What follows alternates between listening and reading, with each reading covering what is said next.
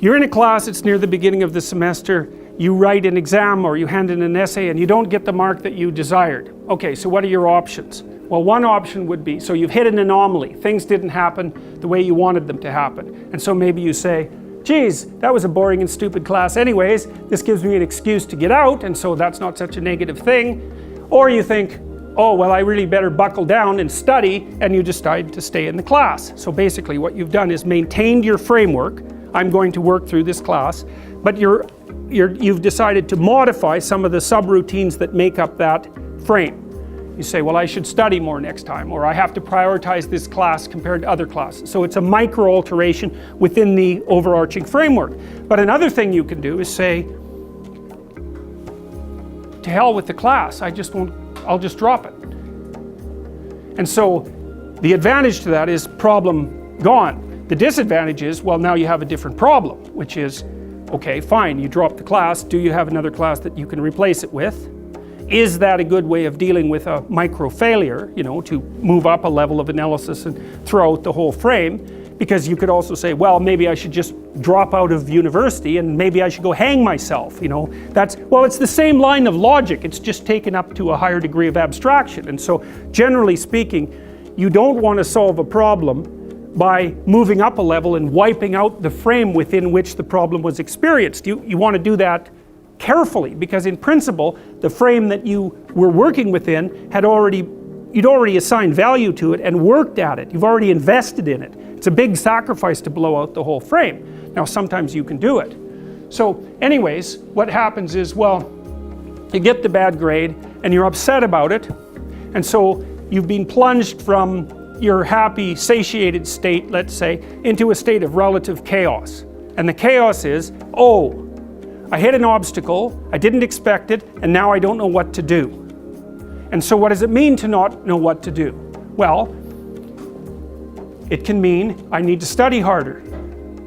It can mean I should drop this course. It can mean I should major in a different subject. It could mean maybe I shouldn't be in university. It could mean maybe my future plans have been formulated badly. It can mean my future plans have been formulated badly because I don't understand myself very well and I've been telling lies about my past, right? The thing can really expand on you. And that's what the chaotic domain is. That's the re-manifestation of those things that you had considered irrelevant, right? Because when you go to pick up the exam, you've got your identity as a competent student intact. You're not questioning whether you should be in the course or whether you should be in that major or whether you should be in university. None of that. That's all in the implicitly accepted category. And as soon as the anomalous event emerges, all of those things that you had rendered axiomatic start to become questionable. And that's like the shark coming up from the depths to pull you down. And that's the classic way of representing that and of symbolizing it. That's Jonah and the whale, for example. So it's something is manifests itself from the deep unknown and pulls you under, like an alligator at a water hole, which is, I'm sure, one of the sources from which we derived that particular kind of mythological representation. Because you can imagine that when we were on the veldt, after living on trees, we had to go down to the damn water holes, and you've watched enough nature programs to know what a Nile crocodile can do to a water buffalo. It's not pretty. And so to go down to the water, the chaotic water, and the source of all life as well, right, is to risk an encounter with the terrible thing that lurks in the depths.